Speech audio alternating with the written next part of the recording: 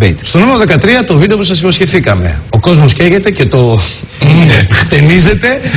Νούμερο 2. Αυτός βέβαια το περιμέναμε γιατί αυτός άλλος. Έχει μια παράδοση αυτό. Έχει μια παράδοση. Θυμάστε και πέρσι το Δεκέμβριο όταν ο κόσμος καιγόταν πάλι. Είχε σκοτωθεί ένα 16χρονο παιδί και καιγόταν όλη η Αθήνα. Και αυτός ο γκαιλές του ήταν η αγορά. Η πόλη της Αθήνας.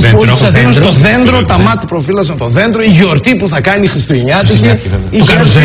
Η γη ανάποδα. Φέτος τώρα πάλι το ίδιο. Ο κόσμος καίγεται και το τουτούτ κανονικά χτενίζεται. Για να μην τον αδικήσουμε, αφού είπε 2 κουβέντες για τα θύματα. Είπε 2 κουβέντες για τα θύματα. Αλλά μετά. Αμέσως μετά. Έχουν καεί 650 κάδοι, 400 καλαθάκια, επιδαπέδια και πιστήλια, ένα άρωθρο του Δήμου, 20 δέντρα, 6 μεγάλες ζαρτινιέρες που είχαμε βάλει για την Πρωτομαγιά.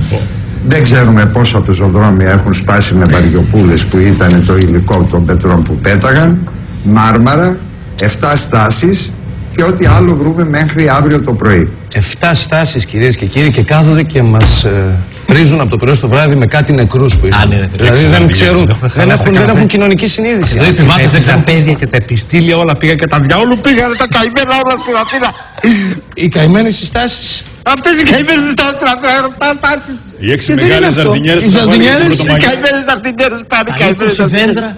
Τα δέντρα έχω μια ερώτηση όμως. Αυτά τα 20 δέντρα πώς του είχαν γλιτώσει στην Αθήνα?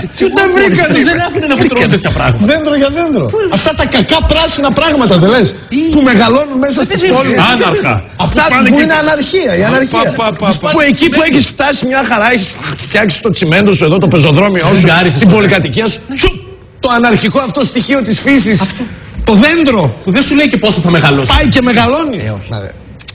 Νικήτα, δεν έχεις χάσει τον έλεγχο της πόλης μου, φαίνεται. 20 δέντρα. Δέντρα στην Αθήνα. Για όνομα του Θεού.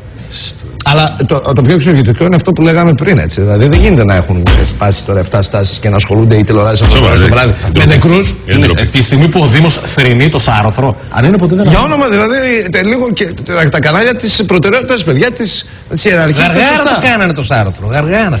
Δηλαδή χρησιμοποιούν τους νεκρούς για να κρύψουν ότι έχουν σπάσει 7 στάσεις. Αυτό ακριβώς. Καταλαβαίνεις, να προσανατολίσουν προβοκάτσια.